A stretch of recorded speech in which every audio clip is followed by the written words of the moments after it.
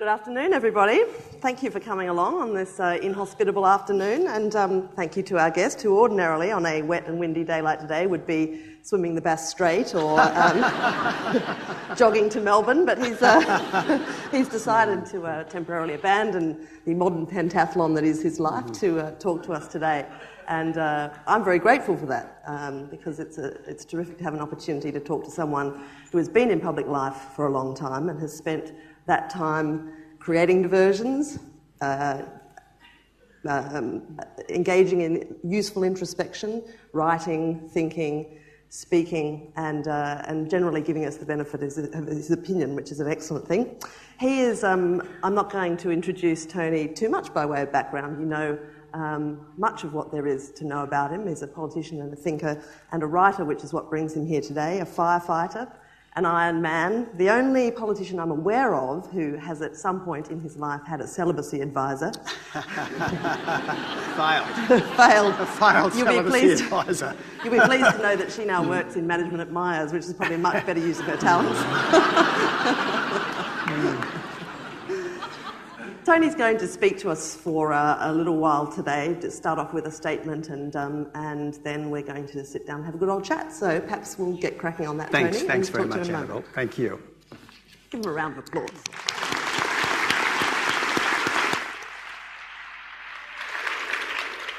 Well, ladies and gentlemen, it's not often that I get to speak to an audience which is paid to listen. And I thought that if you've paid good money, the least I could do was demonstrate that I had put some thought into these remarks. So I do have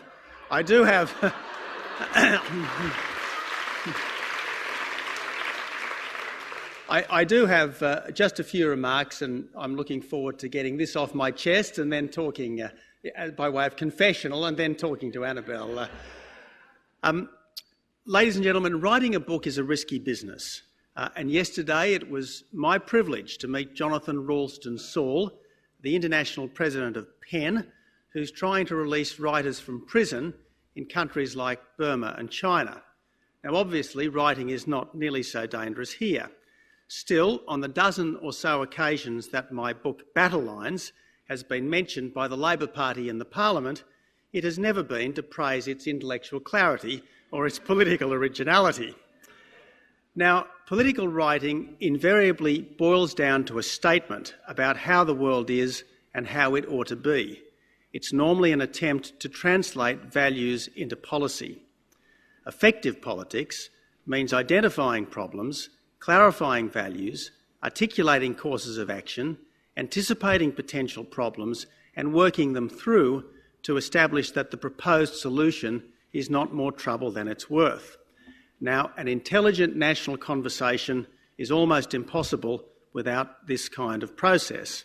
Words can sometimes let you down, but the more prepared they are, the less likely that is, because writing is the best way to clarify thinking. For instance, if the government had released the Henry Review last Christmas and not kept it hidden, it might not now be in so much trouble. Its great big new tax on the resources that provide about half of Australia's export income is clearly a revenue grab, not reform. It's an additional tax, not a replacement one, and it's a distortion of Henry's recommendation, not an implementation of it. And all this should have become obvious had there been discussion rather than dictation, if the decision had been taken after or even during the debate rather than before it. By contrast, ladies and gentlemen, my most difficult moment so far as opposition leader has not been this week's diversion into the philosophy of being truthful, but the day I committed the coalition to a paid parental leave scheme that gave mothers real time at real money to be with their newborns. How, people asked, could I propose to give working mothers more? And how could I propose to fund it through a levy on companies' taxable incomes over $5 million. More, they asked, how could I possibly have changed my mind on mothers' entitlements and on how they might be funded? In fact, a paid parental leave scheme had been discussed at some length, if not in every detail, in Battlelines, as one of the ways in which the next coalition government might be different from the last. As I said in the book, It was an issue on which I had changed my mind. It was an example of how a contemporary conservatism could apply enduring values to a changing world. It shouldn't have been a surprise. The problem here was not so much lack of writing, but lack of reading. As well, a scheme that paid women at their salaries for 6 months had been canvassed in Prue Goward's report when she was Sex Discrimination Commissioner and in several submissions to the Productivity Commission. Battlelines, after all, was my attempt to work out a new Liberal Conservative agenda for Australia, to consider how it might be possible to keep faith with the values of the Howard era without being an action replay of it. Now, these days, 62% of mothers are in the paid workforce. Most families need 2 incomes to pay the mortgage. A fair income paid parental leave scheme would be good for women because it would provide a real choice about children and paid work. Good for families because it would provide support when they are financially most vulnerable. And good for the economy because it would help family-minded women to stay in the workforce if that's their choice. It's an economic reform as well as visionary social policy. And paid for by a levy on all larger businesses, it can't lead to discrimination against female staff, and it doesn't add to the burdens on small business. Yes, it's an additional cost because everything has to be paid for, but it's to fund an important reform, not just the general business of government. So it's quite different from Mr Rudd's resources tax. It's relatively modest. It doesn't discriminate except by income, and it entirely funds an overdue reform. Even so, I was amused to see which commentators suddenly became the best friends of big business when its consternation was for once directed towards the Liberal Party. Now, had the budget still been $20 billion in surplus rather than $57 billion in deficit, it would have been possible to reduce company tax to accommodate any impost on larger business. My reluctant conclusion, though, in the circumstances that the government had created, was that this was the least bad way to pay for a policy whose time had come. It was, as I told the Coalition Party room, sometimes better to seek forgiveness than to ask permission, and I'm grateful to my colleagues for accepting the leader's call on this. Battlelines, of course, is a personal manifesto, not a party one. There's much in it that's unlikely ever to be party policy without considerable modification. For instance, there's a stronger party constituency for giving the states revenue commensurate with their spending responsibilities than there is for making the Commonwealth the sovereign level of government. Any big changes, for instance, to the way we tax different types of savings would require the extensive analysis that could only be done in government before anyone could be reasonably confident that it was fair. Still, there's much in Battlelines that expresses orthodox Liberal Party thinking. People need, for instance, stronger incentives to work. As everyone from Ken Henry to Noel Pearson acknowledges, people on welfare in particular need more encouragement to join the workforce. And as even the Prime Minister now concedes, hospitals need to be run more responsively to the doctors and nurses who work in them and to the patients who are served by them, and the Coalition will have much more to say on these issues before the election. Now, ladies and gentlemen, too much political thinking is about winning or holding government, rather than about what might be done once you're there. If our current Prime Minister had spent more time thinking about how to govern before winning the next election, he might have turned out to be as effective a Prime Minister as he was an opposition leader.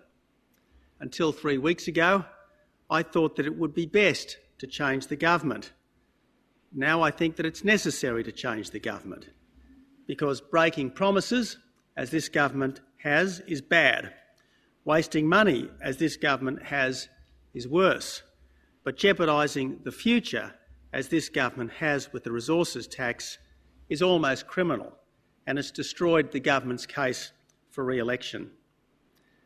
Even so, people need to be confident that the alternative would be different and better. For me, producing Battlelines was an important part of becoming ready to govern. It renewed my thinking about the most important political values and how they might be applied to our country's problems. It forced me to face the former government's weaknesses as well as its strengths, and it helped to rekindle enthusiasm for the vocation of politics. Of course, the author, unlike the book, is a work in progress.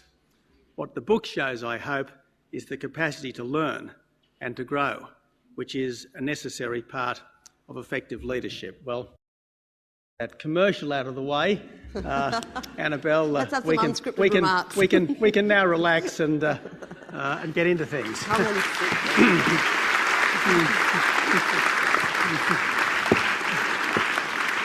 Thank you very much, Tony, and congratulations on the book. The ranks of writers among Conservative politicians in Australia are much thinner, aren't they, than they are on the other side of the House. Barely a Labor MP can resign or retire without taking up his or her pen as the evenings lengthen, but the Conservatives don't seem to really get into it so much. In fact, there's few colleagues of yours who are published writers. Why is that, do you think? Well, perhaps we're more modest than people on the other side.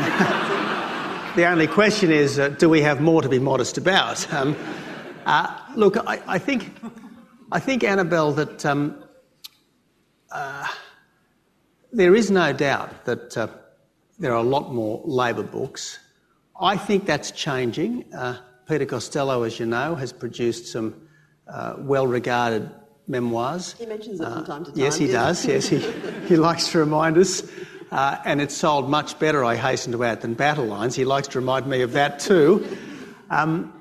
John Howard's memoirs, I think, will be probably the publishing event of the year, at least here in Australia.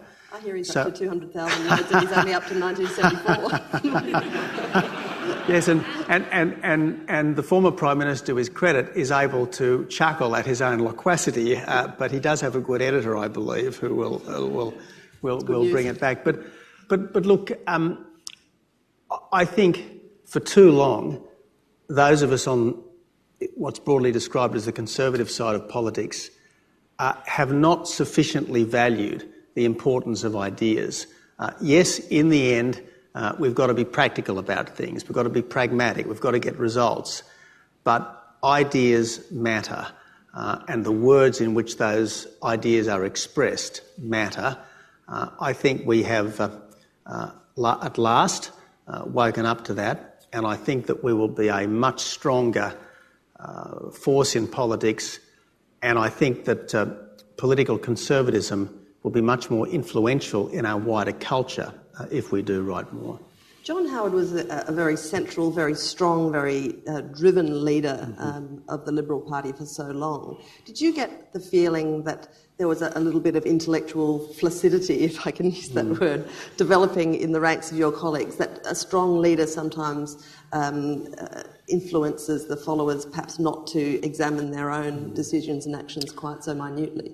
I think it's true that people can rest if there's someone who will do the work for them.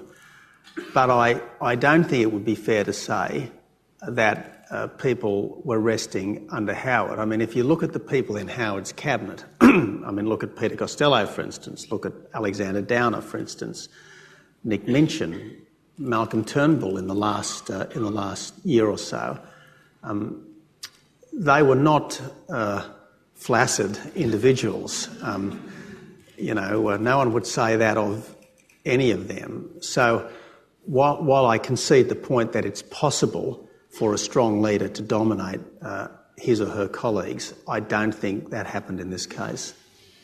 The loss in 2007 occasioned something of a period of introspection for you, didn't it? I mean, Sure. you sort of disappeared for a while, and you lost, I suppose, your job in a sense, a lot of income, and you seemed to go into hiding a little bit. What was going on during that period? I think, Annabel, that to lose an election is a devastating thing. I mean, even though you are not necessarily personally rejected by every elector, there is this strong sense of a slap in the face, as it were. For me, it was a bit like a bereavement. And I think it does take some time to get over a bereavement. I mean, a serious bereavement, you always live with that sense of loss. It doesn't mean that your life is blighted necessarily, but nevertheless, there is always this sense of loss. Now, it is the losses as well as the wins that make up a life well lived, but nevertheless, you've got to face up to the fact that there is this loss, and it takes time to adjust to it. And I was probably in a bit of mourning for quite a few months afterwards, but eventually I woke up to myself and to what was happening.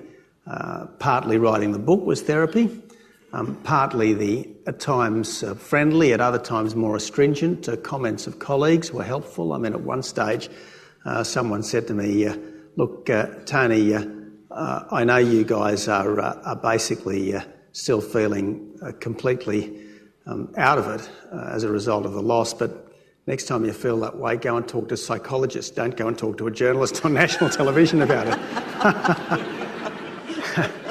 And then, of course, as is I think well known. I mean, Malcolm and I had a couple of pretty robust conversations at different points in his leadership, and he made the correct observation that I had been nursing my wounds rather than getting on with the job, and I responded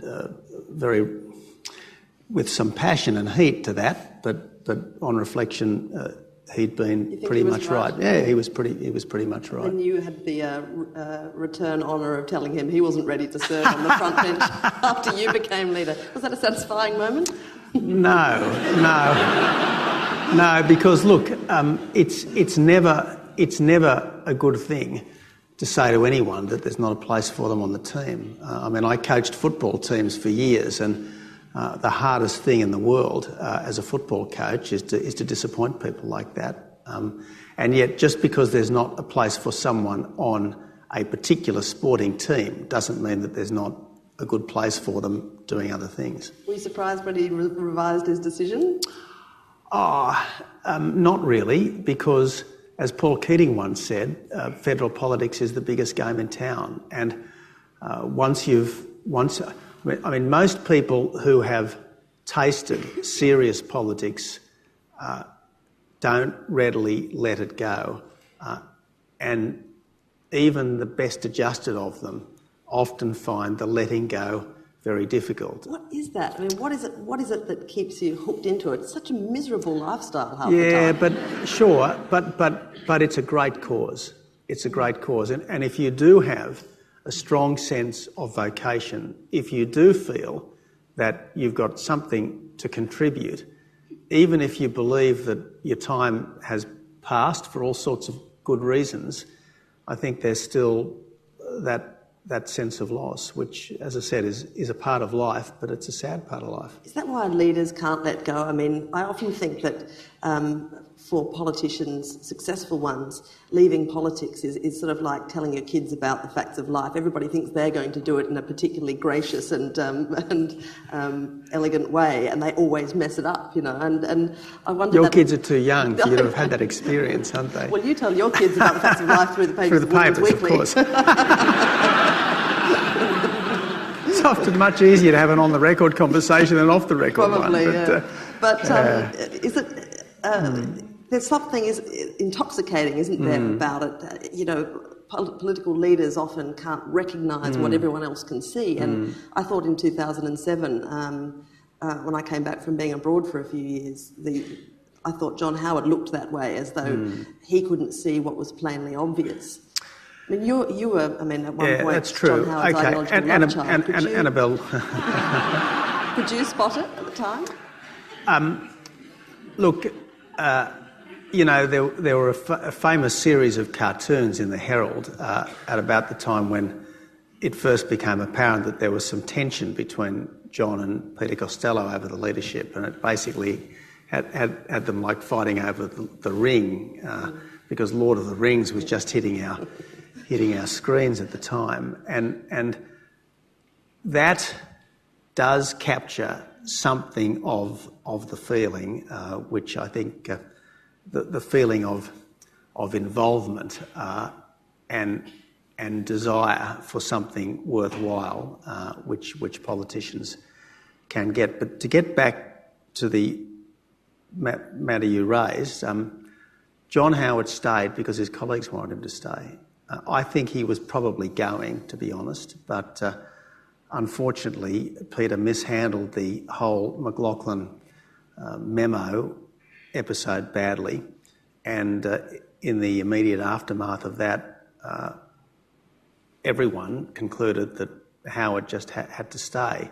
And sure, some people had second thoughts close to the death during the APEC conference, but there was an overwhelming, almost universal view amongst the parliamentary party back in July of 2006, I think it was, when the McLaughlin stuff hit the fan, that Howard had to stay. So it wasn't just him. Whatever lack of perspective that he might have had at that time, whatever loss of perspective that he might have suffered from, it was very widely shared in the coalition. And then after the election, of course, a number of your senior colleagues did depart politics. Is that something you considered doing at that time? Oh, inevitably, you've got to ask yourself the question, has your time passed? Because the assumption is when you lose office that you'll be out for a while, and you've got to ask yourself, do you want to stay for what might be a long period of opposition in the hope of coming back while you're still young enough to be vigorous, or do you want to try something else while there's still time to give something else a good go? So look, I had... What else would you have done? Well, I'd probably be back in journalism, Annabel. I mean, I love journalism. When I was a journalist, though, I was a frustrated politician, and now I'm a politician, I'm a frustrated journalist. So what were you when you were a priest? Just frustrated. Just very frustrated.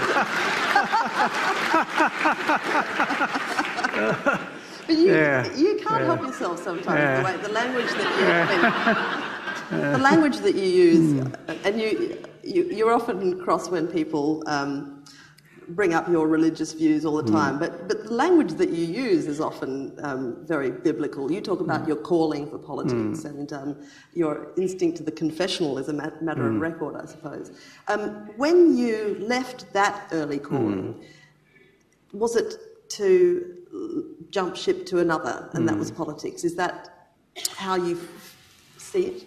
Well, at the risk of continuing this kind of, Catholic saga, so to speak, I mean, the Jesuits who taught me were very big on this do something with your life, be a man for others thing. And I think any decent education alerts people to the possibility for good, and hopefully inspires people to want to embrace that possibility rather than just be aware of it. So the Jesuits they had very strong influence on me in that respect, and so I wanted to do something useful with my life. And of course, as a young idealistic person who happened to be a Catholic, it had to be the priesthood, because that was the best.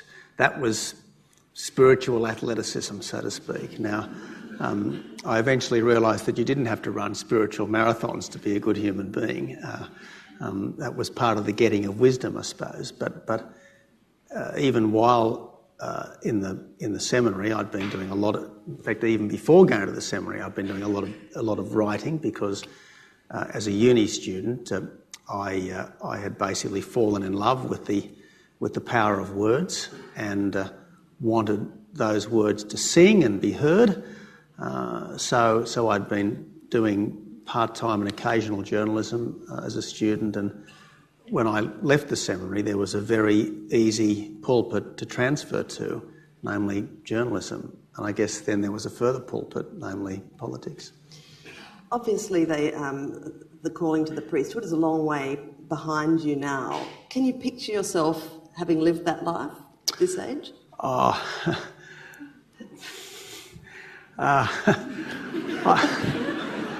Look, again, as is, I think, on the record, I came to the view, Annabel, that I just didn't think I could live the life for all sorts of reasons. A, I didn't think I had the patience to be a parish priest. B, I didn't really want to live the life that a parish priest was involved in day to day. I didn't think I had a real enough commitment to prayer. And finally, I didn't think I could be celibate for the rest of my days. You know, it's one thing to find in practice that an ideal is hard to live up to. It's another thing to embrace an ideal knowing that you're going to fail, and I knew I was going to fail.